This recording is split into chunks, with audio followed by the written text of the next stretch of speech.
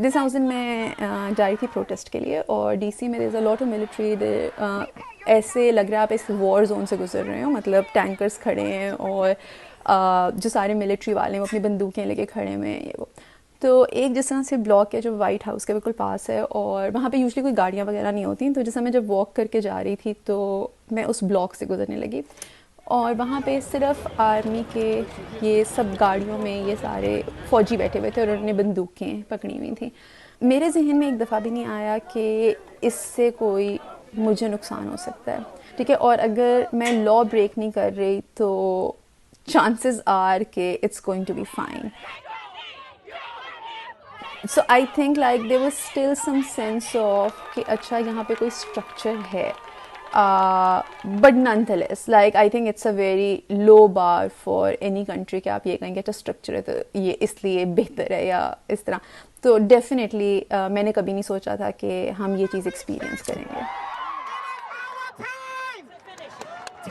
بہت ہی unique moment ہے تاریخ میں جب اکنامک، پولیٹیکل اور ریسسٹ کرائسس ایک ساتھ آئے ہیں، رائٹ. بیکاز یوزلی ہوتا ہے کیا کہ ہمارے جو افریقن امریکن نیبرہڈس ہیں، افریقن امریکن کمیونٹیز میں ہیں، یہ چیزیں چلتی رہتی ہیں، مگر بیکاز باقی معاشرہ ایسا ہی چل رہا ہے، چلتے جا رہا ہے، تو اس میں کسی کو لگتا نہیں ہے کہ آگے آ کر ان لوگوں کے ساتھ ہم نے سولیڈارٹی دکھانی ہے. Ultimate idea is کہ we want a better society, we want a fairer society or a just society.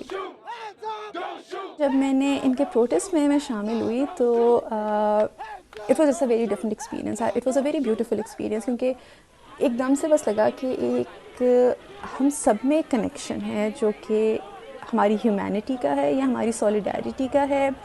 تو میرے خیال میں مجھے ایک کنسنسس ہے کہ ایک a just world is something that we want and we aspire for.